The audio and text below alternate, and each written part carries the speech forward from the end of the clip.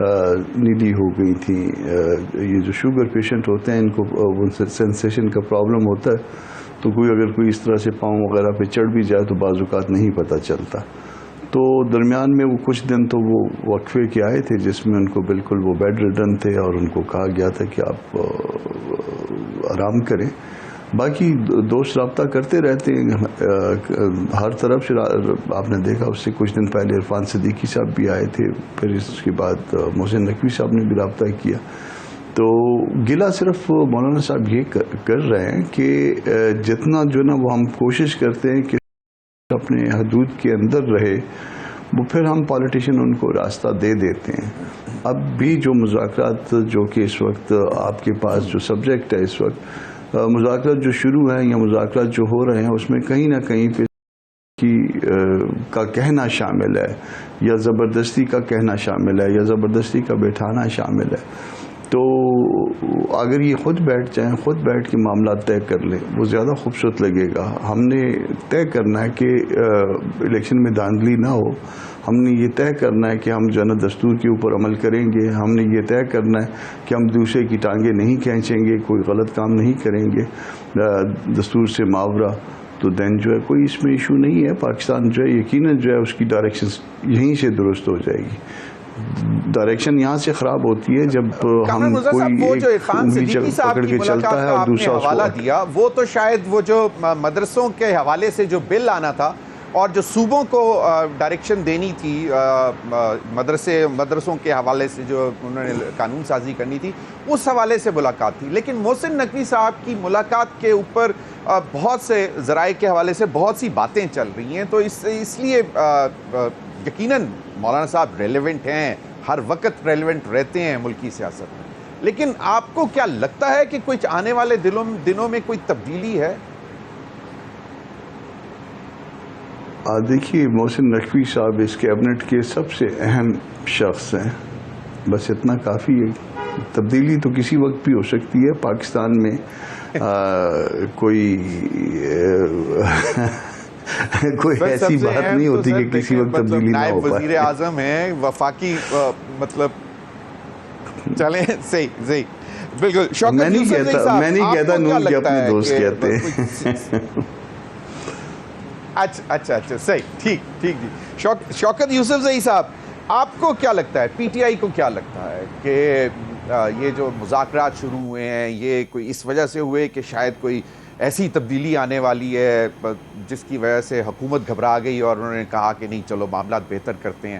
تو کوئی ایسی اطلاعات تھیں آپ کے پاس, یا یہ جو ملاقاتیں ہو رہی ہیں مولانا صاحب سے بھی ہو رہی ہیں, آپ لوگ بھی مذاکرات میں تو چلے ہی گئے ہیں لیکن شاید کوئی اور ملاقاتیں بھی ہو رہی ہیں, اور کہا جا رہا ہے علی امین گنڈاپور صاحب کی انتہائی اہم ملاقاتیں کوئی ذرائع کے حوالے سے خبر چل رہی تھی.